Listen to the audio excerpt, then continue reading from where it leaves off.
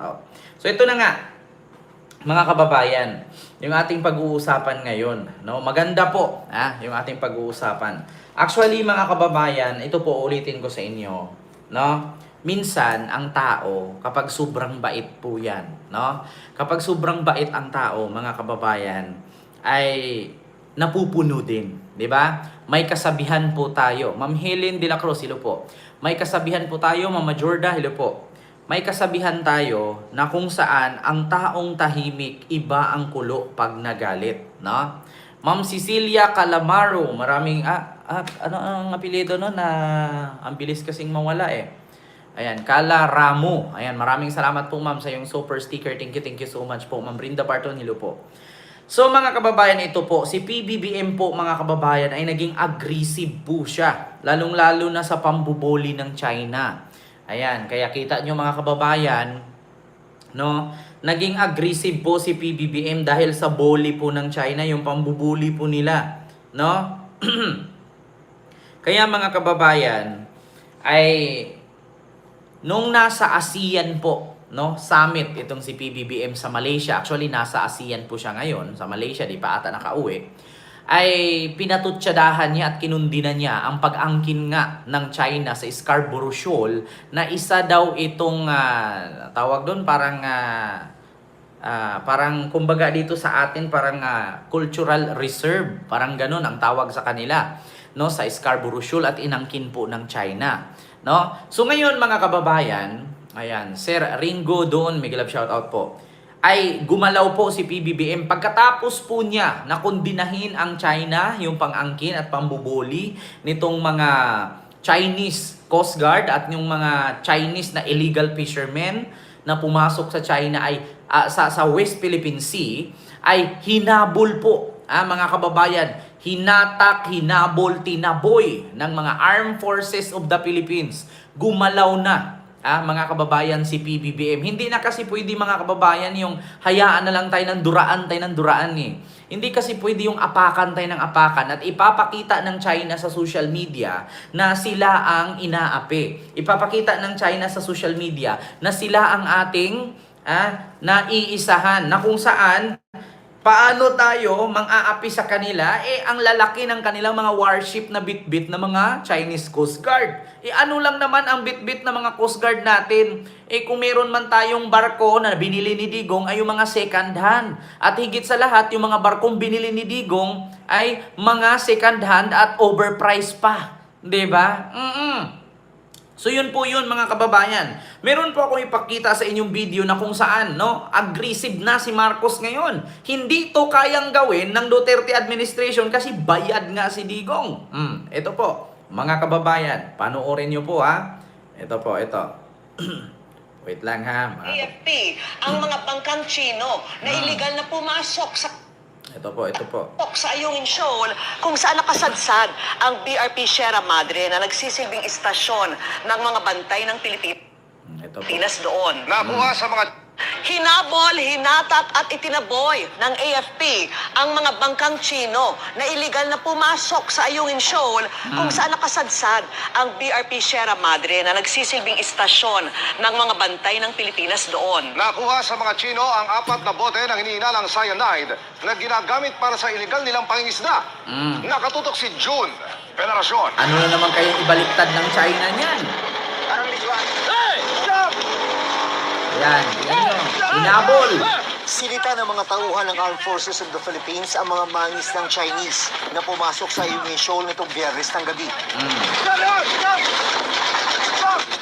Pero hindi sila huminto kahit pa nakadikit ang inflatable boat ng mga sundalong Pilipinong nakaistasyon sa BRP Sierra Madre.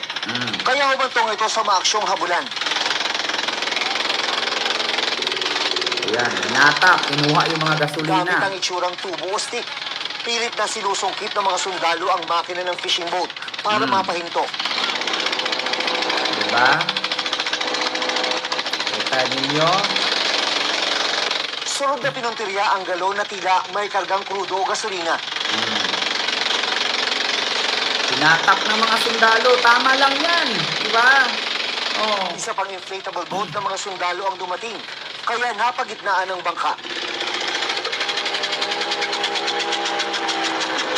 at napahinto ang Chinese fishing Happy boat. bird nest. Hello po. No illegal fishing here. Sa inspeksyon sa bangka, may kakaibang napansin ng mga sundalo. Check niyo yung mga cyanide dyan, cyanide. Yan na, yung mga bote. Bote, cyanide. Nakuha sa mga Chinese ang 4 na bote na hinihinalang cyanide na ginagamit sa iligal na pangingisda. Cyanide. Armed Forces po yan, Mangili Tinatag ang fishing Domingo. boat palabas ng Ayungin Shoal na nasa loob ng exclusive economic zone ng Pilipinas. Meron namataan na Chinese Coast Guard vessel sa labas ng shoal. But hindi naman siya nag-interfere whatsoever. Mayaman daw sa mga di karaniwang isda ang mga bahura sa West Philippine Sea, gaya ng Ayungin Shoal, kaya nagiging target ng illegal fishing. Ipapasuri ang nakumpiska sa mga Chinese para makumpirma kung cyanide. It's only now in recent history that may nakitang liquid to be suspected to be cyanide. Ito ay para ang isda, lalo yung mga rare na mga species na isda, ay makakatulog at nahuhuli ng buhay. So yung mga rare species, mas mahal ang market value nito. Kung tutusin, pwede raw sanang arestuhin ng mga sundalong Pinoy ang mga mangingisdang Chinese. Pero mas minabuti nilang itaboy ang mga ito para raw hindi makompromiso ang seguridad ng BRP Sierra Madre na tumatayong outpost ng militar sa Ayungin Shoal. Kung hinuli mo yun, inapprehend mo yun, papakainin mo, iakyat mo sa barko, that Tama. was the foremost consideration. Na pag pinakyat mo, makita lang loob ng Sierra Madre.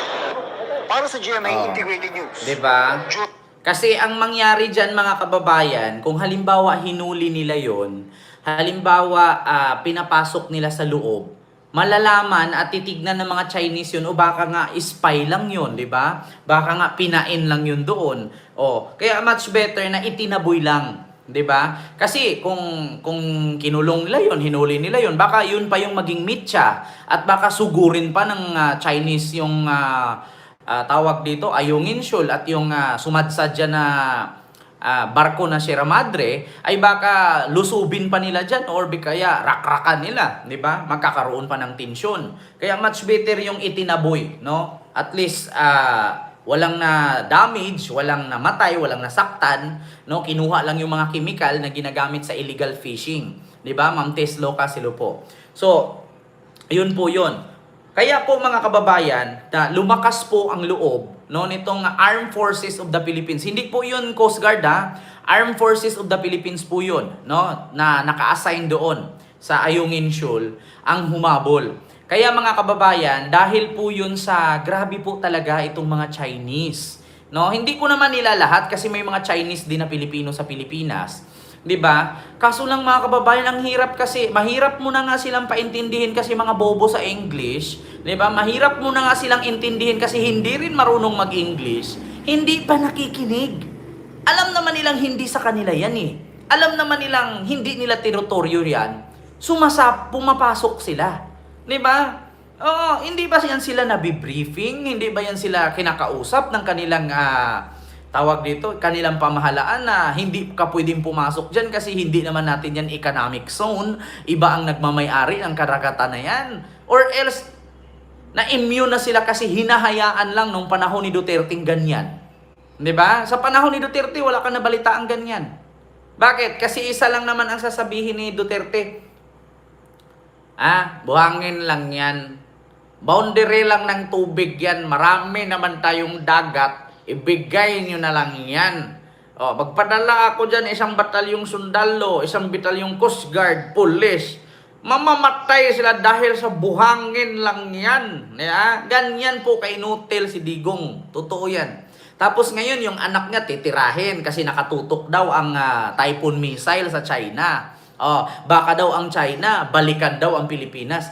Putang ina, hindi naman tanga ang China na bigla-bigla na lang titira ng missile. Kung hindi naman nagpaputok ang Pilipinas ng missile. Kasi ganito yan alam mo sa totoo lang Pulong, alam ko naman na nasa Davao ka lang paikot-ikot, puro ka nga absent sa Congress minsan magbasa-basa kapag may time According sa aking pananaliksik at sa aking pagkakaalam, hindi po basta-basta ang isang bansa magbitaw ng missile or di kaya nuclear bomb or nuclear missile kasi meron po yan silang kasunduan sa NATO, at sa United Nation. Once na magpaputok ng missile yan, at yung mga debris na nahulog nun, nabagsakan, halimbawa, nagpaputok ng missile, tinamaan ang Luzon. Ngayon, nung sumabog ang Luzon, nadamay ang Taiwan. Yung Taiwan, titira din yun sa China. Diba? Yung Mindanao at Visayas, lalaban din yun. Babalik yun. O ngayon, pag tumira ngayon ang Pilipinas kasi babawi, matatamaan ngayon ang Vietnam. O, so magkakagulo-gulo yan. Diba? Kasi meron po yan silang tinatawag na treaty or kasunduan. Hindi ka po pwedeng basta-bastang magbitaw ng missile hanggat walang rason. Diba? Kaya alam mo sa totoo lang pulong, alam niyo sa totoo lang mga kababayan, ganito kasi ang inaano ni Pulong. Mas nag-worry pa siya sa China kung bakit nakatutok daw ang Typhoon missile sa China. Hindi daw tayo or hindi daw nag-iisip ang armed forces at ang Marcos administration kung babalikan ng China ang Pilipinas. Alam niyo sa totoo lang, hindi po basta-basta ang China magpapasabog ng missile kung hindi naman sila pinasabugan. Diba? Sa madaling salita, kahit grade 1 maintindihan yan. Kung pinalo ka, halimbawa ito, 2 estudyante. Kung pinalo ka ng notebook, ang estudyante, babawi ng palo yan. Kung hindi mo paluin yan, papaluin ka kaya. Maliban na lang kung bully ka. Diba? China has no war experience. Diba? Meron naman, Swarso Hulivin, ma'am. Meron naman yung Battle of Yultong, no? China versus China versus Korea, na kung saan Pinoy din ang tumulong sa Korea para pabagsakin ang daan-daang batalyon ng China, 'di ba? So pero yung war na missile, walang ganun. Alam niyo sa totoo lang mga kababayan, ang una kasing magiging kalaban ng China diyan, kung sakali na titirahin ang Pilipinas, nandiyan ang Japan, nandiyan ang Australia, nandiyan ang yung Germany. Lahat kasi ng mga kasanib or kasapi ng Pilipinas kung saan siya nakasali, no? Except with NATO. Ang NATO kasi mga kababayan, sa hindi po nakakaalam, ang NATO po ay isang grupo o samahan ng bawat bansa na may kasunduan na kung meron kang mga malalakas na weapon, no? Hindi mo basta-bastang bitawan yan. Take note, ang North Korea is martial law sila for how many years? Hindi nga basta-basta nagbibitaw ang North Korea. 'Di ba? Kasi bakit? Pagka nagbitaw ka at may mga debris na huhulog yan, madadawit yung ibang bansa, magkakagulo. 'Di ba? Kaya Pulong, mag-isip-isip ka naman. Hindi yung lilinlangin mo na naman yung mga DDS ni unti na nga lang, lilinlangin mo pa. Yeah? Kaya tignan nyo mga kababayan, isa yan sa rason na bully kasi ang China. Lagi na lang silang ganyan. Ilang beses na kasi yan sila na ang Pilipinas umintindi na lang ng umintindi. Yeah? Intindi na lang ng intindi hanggang kailan ka umintindi. Di, siyempre, kung napuno ka na, kailangan mo na sigurong kabigin. No? Huwag mo lang saktan. Yeah? Katulad nito, mga kababayan. No? Dahil doon si PBBM, no, hindi na nakatiis, ni-real talk doon sa ASEAN, nang nangyari na ASEAN Summit, no? Ni-real talk ni PBBM, itong China, yung according sa pag-angkin nila, nitong Panatag Shoal, mga kababayan, wait lang po ni-real talk ni PBBM, no? Diniretso niya, kinundi na niya yung naturang ginawa nitong China. Wait lang may ads lang. Like po kayo mga kababayan. Nalalagay na raw sa alanganin ang buhay ng mga Pilipino dahil sa agresibong hakbang ng China sa West Philippine Sea. Tama. Yan ang ipinarating ni Pangulong Bongbong Marcos sa mga leader na sa ASEAN-US Summit. Pati ang pag-angkin ngayon ng China sa Baho de Masinloc, inalmahan din ng Pangulo. May Ayan. express report ni Maricel Halili. So hanggang kailan ba tayo mananatiling tahimik? Hanggang kailan ba tayo mananatiling ganyanin na lang ng China? Kasi hindi naman pwede mga kababayan na tayong mga sibilyan, tayong mga Pilipino, ang lalaban sa China. So malamang sa malamang si PBBM ang gagawa ng hakbang dyan. Kasi mahirap kasi, actually mga kababayan, noon pa man hindi pa presidente si Marcos. No? Kung naalala ninyo, may reaction siya sa mga pagmumura. Kasi di ba may vlog si PBBM. Kung naalala ninyo noon na pinagmumura ni Digong yung mga diplomat, pinapalayas niya sa Malacanang. Di ba? Yung mga European Union, yung mga American Ambassador, yung mga kung ano-ano mga ambassador yun. Sa iba't ibang bansa, pinagmumura niya, pinapalayas niya, pati si Barack Obama, minura niya. Alam niyo ang sabi ni PBBM sa kanyang vlog? Kung ako ang maging presidente at kung ako ang nasa katayuan ni Digong, hindi ko gagawin yun. Yung pagmumura na yun. Ang bukod tangi kong gawin ay ang diplomatic way. No? Ano ba ibig sabihin ng diplomatic way? Yung kausapin mo ng ayos. Di ba? Diplomasya. Huwag kang aggressive. Di ba? Kasi hindi ka naman aso eh. Tao ka eh. Aso lang ang aggressive. Kapag nakakagat ng buto yan, magagalit yan at baka sakali kagatin ka pa. Oo. Hindi naman aso si PBBM. At higit sa lahat, hindi aso tayo, tao tayo. Aso lang ang aggressive. Sabi niya, kung ako ang nasa katayuan ni Presidente Duterte, ang gagawin ko ay in diplomatic way. Malumanay, makipag-usap ng ayos, in proper way. Hindi yung mumurahin mo kung hindi mo gusto. So ito po, mga kababayan. Sa harap mismo ni US President Donald Trump, ipinaabot ni Pangulong Bongbong Marcos ang kanyang pagkadismaya sa pagpapatuloy ng mga insidente sa West Philippine Sea. At least, mga kababayan, nagsalita si PBBM sa harap ng mga leader sa ASEAN.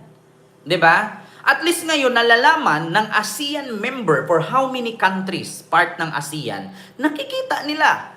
At least nagsalita si Marcos, hayag na nandyan yung bawat leader, no, na record ng lahat ng buong mundo ang kanyang saluubin. Kaysa naman sa gagawa siya ng hakbang dyan na pagpapatayin niya yung mga nang-aagaw, bombahin niya yung mga umaaligid na mga eroplano at mga barko dyan.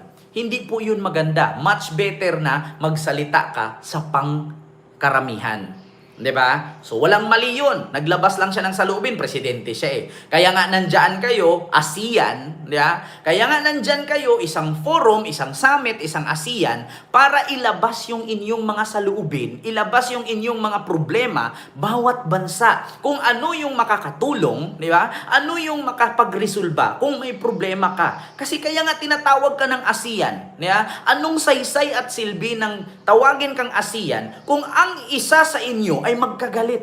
Di ba? At least nilabas niya doon para marinig ng ibang mga pinuno, mga prime minister, at makapag-advise sila na ito ang gawin mo. No? Hindi dapat ganyan China. Dapat ganito Philippines. Di ba? Hindi katulad kayo kung pagmumurahin eh. Putang ina, magmura-mura ka dyan. Tapos pagdating sa China, titiklop ka. Yuyuko ka ganyan. Keme, matapang ka lang sa bansa mo. Pagdating sa China, wala kang ginawa. Sa kanyang intervention sa ASEAN-US Summit, binigyang diin ni Pangulong Marcos na nalalagay sa alanganin ang buhay ng mga Philippine personnel dahil sa walang tigil na insidente sa West Philippine Sea. Maging ang kaligtasan ng mga vessel at aircraft nalalagay din sa alanganin. Pinuna rin ng Pangulo ang pagtatayo ng nature reserve sa Bajo de Masinloc na malinaw na bahagi ng Pilipinas. Paglabag daw ito hindi lamang ng soberanya ng Pilipinas, kundi ng traditional fishing rights ng mga Pilipino na ginagarantiya na ng 1982 UNCLOS, Domestic Law Siyempre, at Lim, hilo po dyan 2016 sa South Basico. China Sea Arbitration Award. Sa kabila nito, siniguro ni Pangulong Marcos na mananatiling matatag at kalmado ang Pilipinas. Patuloy din naman magiging committed ang Pilipinas sa full implementation ng Declaration on the Conduct of Parties in the South China Sea. Kinilala rin ng Pangulo ang kahalagahan ng suporta ng ibang bansa sa rule of law tulad ng India. As a maritime and archipelagic nation, I wish to highlight the great importance of the rule of law in our oceans. Both Asia and India should see peaceful settlement of disputes and maritime cooperation as essential, as our seas contribute to the peace and prosperity of the entire Indo-Pacific region. Binigyang diin naman ni ASEAN Chair at Malaysian Prime Minister Anwar Ibrahim na dapat resolbahin ang usapin sa Code of Conduct gaya ng iba pang issue sa ASEAN sa pagitan lamang ng ASEAN members at partners nito. Diba? Kita ninyo? Panahon ni Digong, narinig nyo yan? Sa panahon ni Digong, ilang beses siya umattend ng ASEAN Summit. Sa panahon ni Gloria, ilang beses siyang umattend ng ASEAN Summit. Ni problema ng pang-aagaw ng China sa kalupaan at karagatan ng Pilipinas, never nilang binigkas yan. So, ngayon mga kababayan, paano nga ba maresolba ng kapwa mo ASEAN country ang problema ng bawat ASEAN country kung hindi ka magsasalita? Idadaan mo lang sa social media. Ano ka, si Chabit? Kakasuhan ka ng plunder sa social media ka, nagpapaliwanag. Ano ka? Si Marcoleta? Dawit ka na sa faking witness, tapos magpapaliwanag ka doon sa Net 25. 'Di ba? Hindi naman ganyan. Hindi ganyan, hindi tama yan. Mali man yan. 'Di ba? Sabi ni Digong, mali man yan. Paano mo sasabihin, kakasuhan ka, sa korte ka magreklamo, doon ka magsagot, doon ka magpaliwanag. Magpaliwanag ka sa social media, kaharap mo yung kamera. Maresolba ba yan? Ngayon, sinakop tayo ng China. Ngayon, binastos ng China ang mga Philippine Coast Guard. Tapos sasabihin ni PBB, magpa-preskon siya ngayon. Preskon. Sinong nakakapanood? Mga Pilipino lang din. At least, nag-preskon ka, doon ka mismo sa harap ng mga ASEAN leaders. At least, kung meron man, kung sino man ang leader doon, kung sino man ang may mga katungkulan doon sa ASEAN, maa-advisean ang China. Ngayon, kung hindi makinig ang China, kung gagawa ng hakbang ang Pilipinas, problema na ng China yan. At least alam na ng kapwa ASEAN country. Diba? Mahirap kasi yung may problema ka, tapos ipapaliwanag mo sa social media. Hindi naman ganun. Diba? Tapos magbibitbit ka ng ebidensya sa newspaper lang galing, hindi galing sa korte. Parang tanga lang, di ba? Si Sarah hindi naintindihan yan. Bakit? Bubo yun, hindi nga alam ng preamble. Di ba? Diyos ko, hindi alam ni Sarah yung mga ganyang pangyayari, mga kababayan. Di ba? Kaya, yun po yun, Ma'am Itchin Blue. Di ba? Helen Tinosa, big love shoutout po.